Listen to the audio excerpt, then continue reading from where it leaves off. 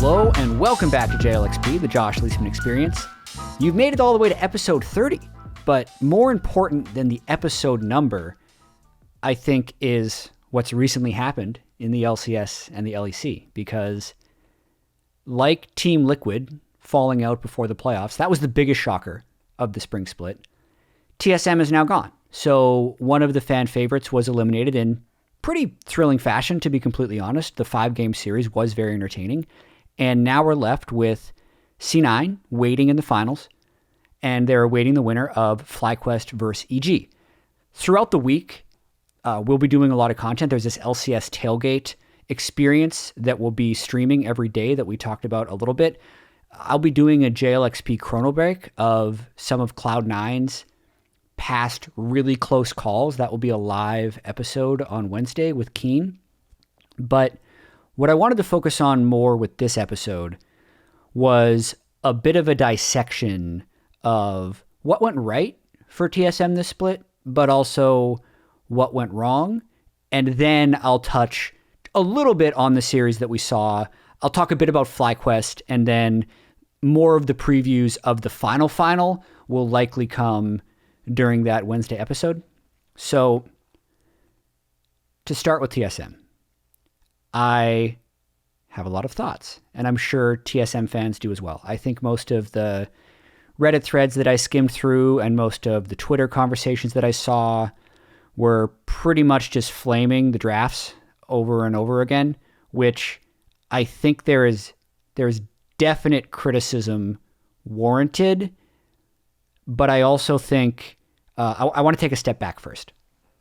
So it's actually interesting here where TSM improved from last year with this finish. It doesn't feel that way because most of the split was trying to figure out if TSM was actually the second best team, and then they actually beat C9 that one time, and people thought, hey, maybe if anyone's going to beat C9, it's going to be this team, so they were constantly getting built up. But summer of 2019, they were 10-8 in the regular season, but they got a first-round exit at the hands of Clutch. So they finished 5th or 6th in that split. And then they got reverse swept by Clutch again after they lost the regional qualifier final, and they narrowly missed out on Worlds. That was the whole Acadian Grig Spica experience that we don't necessarily need to get into. And I think it's kind of important to note that they switched out a large amount of their roster. They switched out the jungle trio for Dardoch. I'm not sure exactly what happened with Sven, but I feel like he was very unhappy, and I don't know if they could have held on to him if they had wanted to. But the more important thing is they replaced him with Kabe, and then they also brought in Biofrost. And you can kind of look at the traces of where those guys went and think, like, okay, Sven has obviously moved on and is having probably his best split ever in NA. Smoothie had a really bad split on COG, and Acadian Grig just opted into the exact same Acadian Grig experience over on Dignitas. So I wouldn't say that that's necessarily any indicator of, hey, someone left TSM and immediately was better, or someone left TSM and immediately was useless. It was kind of a mix of all the things. So I don't think that's like necessarily damning of the talent suppression machine meme that was kind of playing a little bit earlier, because sure, it might have looked true for Sven, but it has not necessarily looked that true for Acadian, Grig, or Smoothie. Another thing that I wanted to talk about more is, like, how big of a disappointment should this be? Because there's a lot of factors. And it's actually not a big disappointment in the sense that they finished 4th and a few things go differently in the series and they'd be 3rd. And then they also 2-0'd EG in the regular season. So you think, hey, maybe they'd be able to be top 2. So in that sense, with the top 3 LCS teams being able to go to Worlds, that's actually okay as long as they can continue to build. But the disappointing part is kind of how it happened, because the 2002, 2002 inconsistency is really frustrating to watch. The double salty run back is one of the most unique things I've kind of ever seen in playoff drafting. The fact that TSM beat 100 Thieves, then 100 Thieves said, no, our draft is better. And then they prove it and they beat them. And then the fact that it happened again versus FlyQuest, that's absurd. That never happens. Like salty runbacks never happen. Crumbs brought up one point that I want to give him credit for is he says they actually do happen a lot in scrims, and maybe the online environment is making teams a little bit more prone to doing it, but I think that's kind of a smaller factor. I think more so TSM, the reason I think it feels so disappointing is it feels like they have a lot of talent, and it feels like they're really close to being really good, but then they just kind of suck. So that probably came off a little too harsh, but it feels pretty true. And it speaks through the drafts in the fact that they so wildly vary in what they are trying to do. And then when they're actually playing in the game, their skill level looks wildly varied. And I do think there's a pretty strong correlation between the times they've looked very good and the times they've looked bad. And I don't think TSM necessarily was able to latch on to what that difference was. And here's what I think. I haven't done the full deep dive, but I was trying to organize my thoughts before this podcast and thinking back to when TSM has actually looked good. And even in the playoffs, let's just look at the playoffs. Their two best looking games was game 4 of the FlyQuest series today, where they had a 5,500 goal lead of 15 minutes, and also game 4 of the 100 Thieves series. And I'll tell you their team comps. In the FlyQuest series today, they had Zyra Combat, which it allows them to do snap engages when Biofrost is roaming, and generally Kabe, like the massive draft difference thing in terms of the fact that there's 7-1 on Zaya, 7-0 on Rakan, and 5-0 on Syndra. I'm going to put a pin in that and come back to it later. I'm more talking about the compositions right now. The one against FlyQuest, Zyra Khan, Silas mid, and then Renekton and Elise. And Renekton and Elise is the duo that you pick when you are trying to kill top lane. Or mid if you decide to put Renekton and Elise mid, but that is the classic jungle X lane duo that generates kills.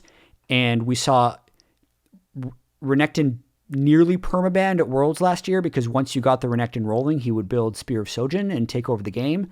And it died down a little bit this year because Sojin was gone and Black Cleaver, Renekton just doesn't have the same oomph. But with Blade of the Ruin King now doing 12% current health for melee champions, Renekton's got some of that scaling back, so I think we're going to end up seeing a lot more of this, and I liked it out of TSM in this instance. But there's that game where the strategy actually is Zyra Khan do their thing, sometimes Rakan roams up, but for the most part, you were just crashing top lane. You were playing this game completely through top lane, and it worked for them. The game against 100 Thieves, also very early game centric, but more so something that can play around top lane because this was the Varus Kench bot, which can be a strong bot, but it's not something you're playing around that much. Zoe mid, and then Rek'Sai Kalista. And what did TSM do? They just crashed around Kalista for the early game and gave him a massive CS advantage and dropped the Rift. And then, how's this one for you? The C9 win that TSM had was also a top game. It was Set from Broken Blade into Licorice's Shen. So the strong correlation that I kind of gathered with this little bit of research was TSM is a top-focused team. That's kind of the only way they win. And that's not how you win right now. I looked around a little bit, and even just looking at the LCS, like if I ask you, hey, what's TSM's identity? It's hard to answer because they're so inconsistent, but when they're good, it's actually they're playing through Broken Blade. What's C9's identity? I'm guessing that Blabber and Niski are going to be the top 2 MVP vote getters. I'm not sure who's going to win, but that's mid-jungle. What's EG's identity? It's Jizuke and split pushing. Sometimes it's bang late game, but for the most part, it's Jizuke and Svenskeren and unlocking your mid laner. Hopefully this doesn't get too repetitive. What's FlyQuest's identity? What's G2's identity? What's been Fnatic's identity in the playoffs once they've started looking way better? It's been a higher emphasis around getting Nemesis going in these games, and he's taking over. So we've known this. Like, League has been a mid-jungle game for a real long time. And occasionally, other teams are able to make successes with other playstyles, like when TL generally played around bot with double lift for 2 years and won 4 splits in a row. And it has got to be mega, mega frustrating that Bjergsen is not able to excel in a mid-jungle game. I think looking at some of the teams that have found mild success this split that haven't had dominant mid laners, this is kind of a half-baked, oversimplified version of how League is kind of working right now, in my opinion, but if you don't have a stronger mid-jungle duo, whether it's in draft or in players, you better have scaling, because that's kind of how you need to win. Because if you don't have the stronger mid-jungle, with the double Rift Herald spawn and how easy early dragons are to take at 5 minutes and then 10 minutes and how quickly you get to soul, I think it's more mid-jungle than it has been in past years. Because if you think about past years, how much can a team actually accrue by being able to move fluidly between mid lane? It's like, unless they can successfully crash bot, you're going to be okay playing bot focus and they can draw you down there. But now, with double Rift Heralds coming up and the increased importance on Dragon, I think it's just an extra layer of necessity that if you can't control it in the early game, you have to scale. So the two teams that succeeded through scaling because they didn't have strong mid was 100 Thieves. Every win they had towards the end of the split is because they had a Trundle or a Sejuani or late game comps that were able to turn on. And then Origin, who was eliminated today over in the LEC, Nuke Duck had a generally off year, but anytime that team was winning, it's because they had the most OP late game drafts, and they got to late game, and they were eventually able to win. So TSM didn't do either of these things. And I think that might be the crux of what they were having a hard time figuring out. They could play through Broken Blade, they could really crash early game, but that is when you're doing that now since you're only working through your top laner, it's like it's just making your life harder. It's harder to move that lead towards Drake, to have Drake control. It's harder to make sure you had Herald control. So you're in all these situations now where TSM is choosing between a Herald or a Drake, and they're choosing between getting a turret and a Drake, and they're either ahead in gold and up in Drakes, or up in Drakes and behind in gold, whereas the more successful teams that are actually able to play through mid-jungle more consistently, when they're doing well, are able to control all of those things because they have that strong point in the middle of the map to move around. Still not 100% sure on this. I'm sure once the LCS split is over and I'm diving more into LPL and LCK, I'll be able to see if this type of consistency and correlation continues. But I thought that might be a pretty good descriptor of what's happening with TSM. And then the extra reason why that's disappointing is, like, man, you really think Bjergsen and Dardoch could be that duo? So often, TSM would be waiting in the second phase of draft for some type of Bjergsen counter pick, and it just wouldn't come. He'd just play Victor. He'd just play something generic that doesn't have that thing to take over the game. And even when he is playing really well, it's like he only used the pressure top. Like, he wasn't moving bot. The beyond what I just talked about, the in-game feel of TSM, and I brought this up on a few other podcasts, but it was like they couldn't walk and chew gum at the same time, in the sense that it feels like a team like EG, or obviously a team like C9, but I'm not going to compare them I'm not going to compare teams to C9 right now because they're kind of just on another level. I'm going to compare them with the people that TSM was generally competing with, which was the revolving door of second place teams. So you compare them to a team like EG, and EG was really good at creating sideway pressure and then using that pressure to create plays. Yet when you watch these TSM games, they are almost always setting up late at the objective because they were catching a wave late.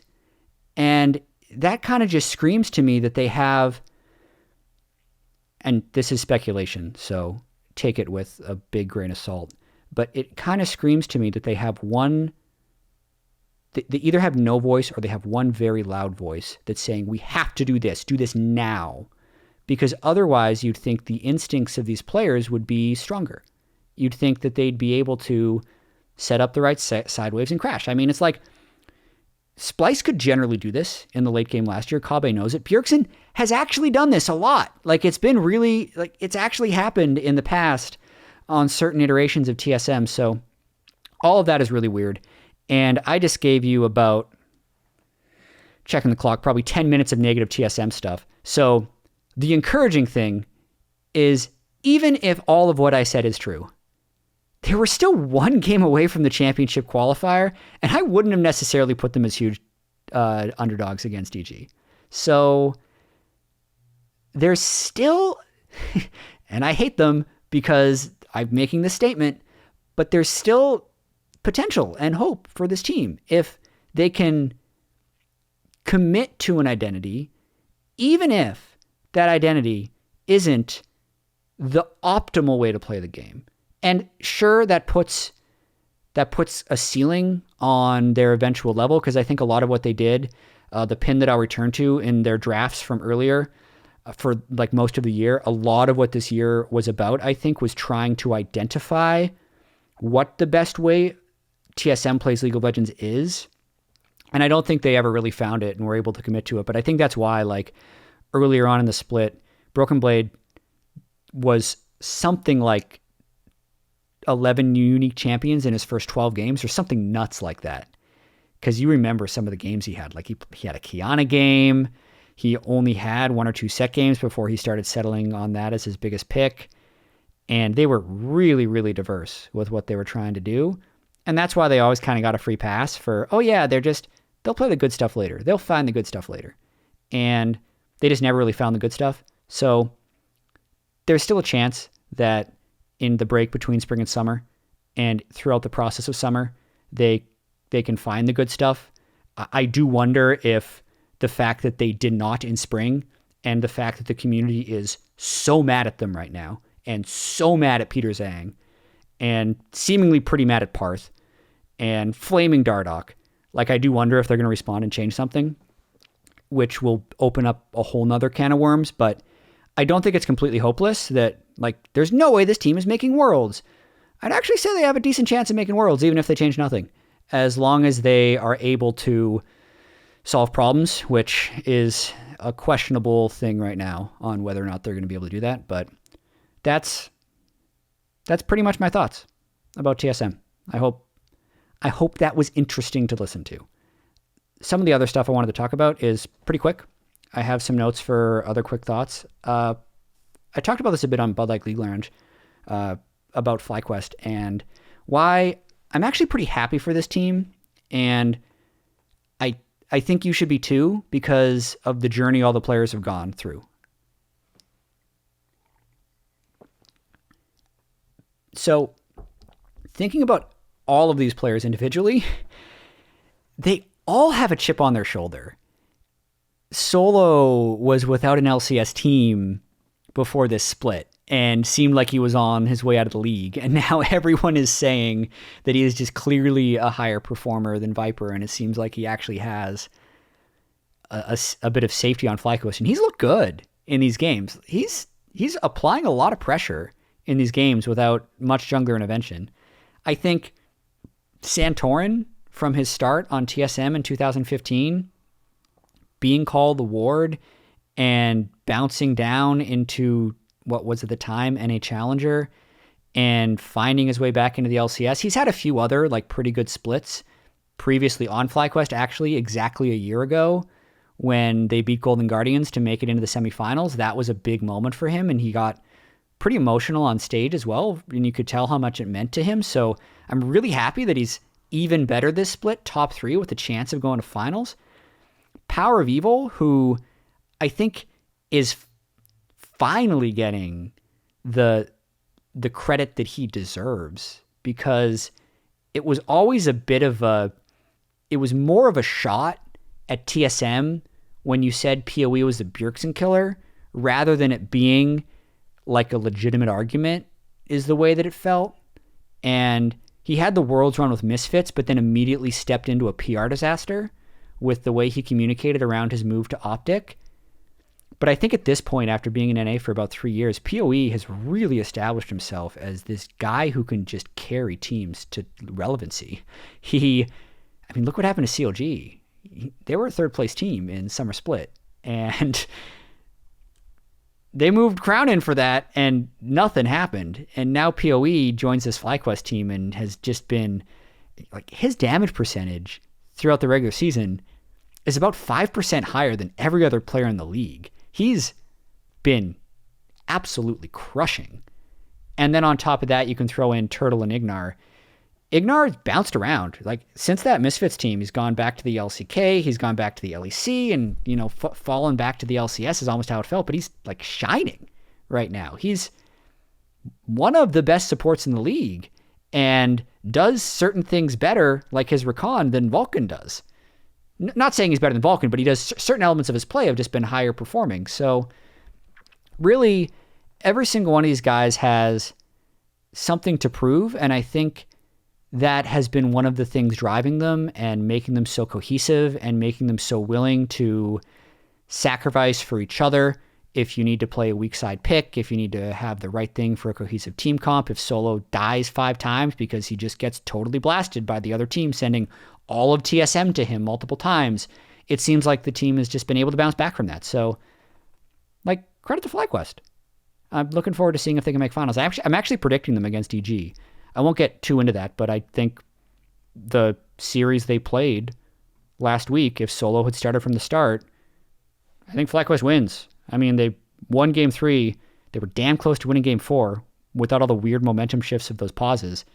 And that's like, to me, that's 1.5 to half is kind of like the current score of the Solo FlyQuest versus EG. And I think they've only had more time to build synergy with him in the meanwhile. So I think it'll be a close series, but I think FlyQuest will actually be in the finals against C9. And finally, I think that the C9 team, the only thing that will stop you from thinking they have a 100% chance to win is superstition. And superstition is real.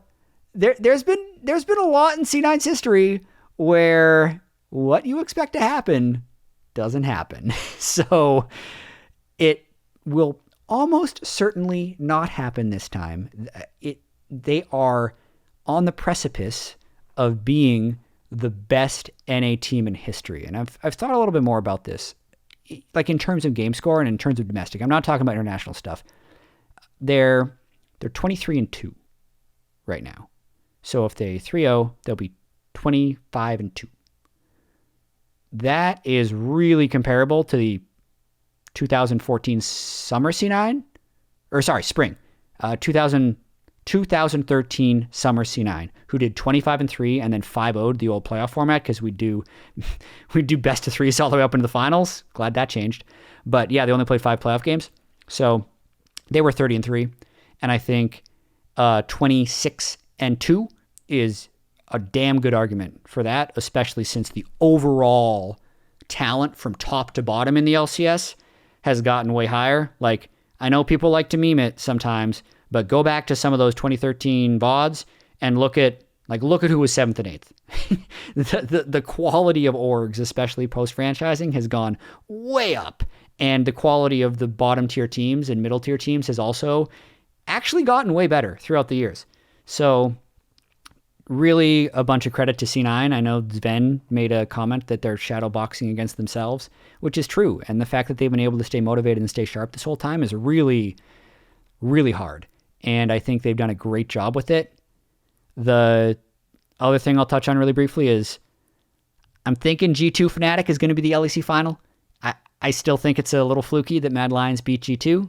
And I think Caps heard y'all were talking shit. He got a lot better. He looked really good in the Origin series. He got that pentakill, had some ridiculous late game Aphelios team fights. they're gonna be mad against Mad Lions, and that'll be the highlight final just because of the rivalry, because they have the team that can stand, and there's a level of uncertainty about who will win if it gets there. I mean, if Mad Lions just beats G2 again, then you got the same story where you think Fnatic is just going to walk over them, because Fnatic has actually looked really, really strong, as has Cloud9. It's just the opposition, I don't feel like, is weighting quite the same way in the losers bracket as we have over in the LEC. So I think that's about it for me here. I do want to ask you to tune into our midweek JLXP Chronobreak. The game, it's still a little bit in planning processes, so I don't know exactly how the show is going to look, but basically what's going to happen is on stream, we're going to replay just like full VOD, some of the more pivotal and big moments of C9's history, like the times they've come really close to winning a split, because they've been in this really long drought since 2014 spring of not winning an LCS split. And I think one of the big turning points was the 2017 spring finals, the Jensen Zonia's Game 5. So Keen and I are going to really dive in on that particular game and talk about what was on the line going into that game and what that kind of set into motion, because that, to over dramatize it, that one button press sent ripples through LCS history, with Jensen and Impact switching teams to win a title, and then eventually this C9 emerging at the end of it. It's cool to think about. I still need to do a little bit more research and track all this stuff out, but that's kind of the overall pitch for it. So I hope to see you there.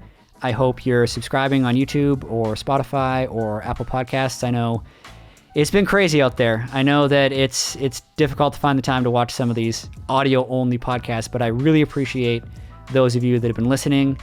I hope you enjoyed this one, and I'll see you next time.